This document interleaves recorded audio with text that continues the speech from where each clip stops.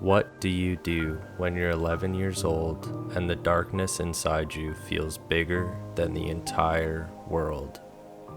I found the answer inside a PlayStation 2 disc called Kingdom Hearts. I was just a kid when I first fell into the darkness with Sora, and for a long time, I never really came back up for air. Kingdom Hearts came out September 17th, 2002. I got it that Christmas, and it saved my life, even if I didn't know it yet. I wasn't okay. 3 years earlier, my parents' marriage exploded. Every week, I packed a suitcase and my PlayStation 2 and moved houses. By the time I was 18, I'd lived at a ton of different addresses. Dad drank, mom was unavailable. My sister was meant to look after me, but she hurt me instead. Fear, night terrors, there were times I was ready to let the darkness take me completely.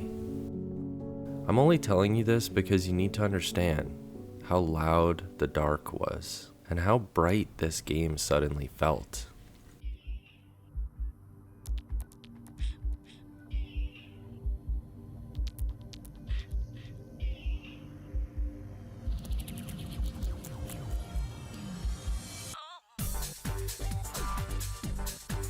That first boot up, Sora falling through the void, a kid smiling at his best friend on the beach. Utada Hikaru singing like a sunrise to my ears.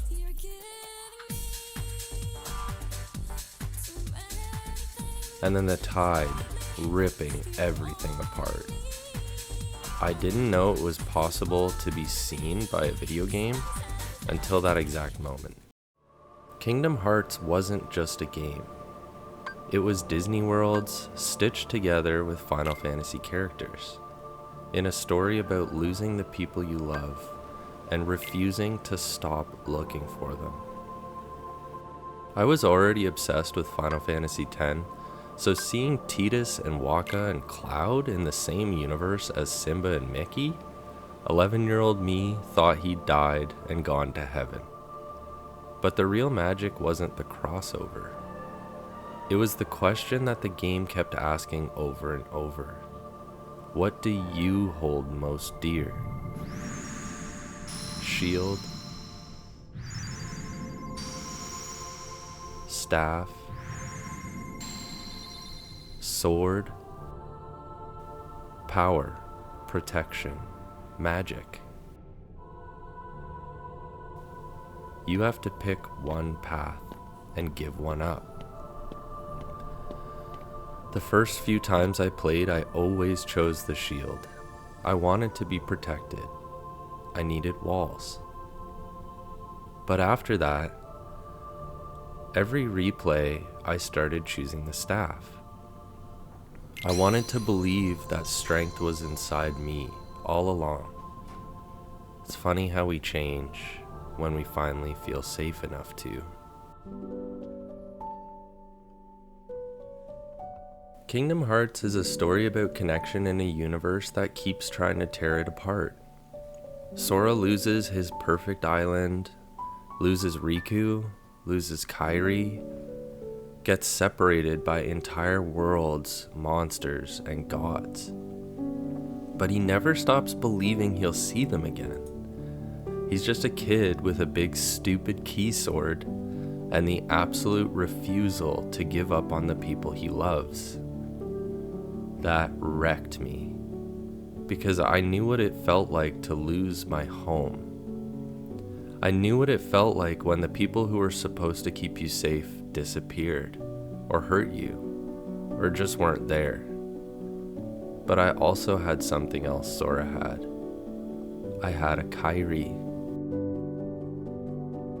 A girl who noticed when I went quiet, who checked if I was okay when nobody else did, who sat with me on the worst days and made the world feel a little less heavy. And I had a couple Donalds and Goofies too. Friends who didn't leave me behind in Traverse Town. People who said, "You're not fighting this alone." Kingdom Hearts taught an 11-year-old boy who had every reason to close his heart forever that the strength to keep going doesn't come from never falling apart. It comes from the people who reach for you when you do.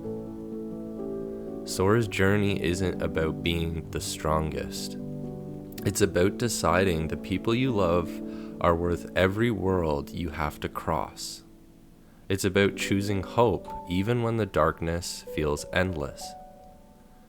It's about learning that giving your heart to somebody is terrifying, but keeping it locked away is worse. I'm 24 years older now. I still feel emotional when I hear Simple and Clean. I still boot up Kingdom Hearts sometimes. And every time Sora reaches Kairi on the beach, I remember the kid who used to sit in the dark, believing that maybe, just maybe, someone would reach for him too.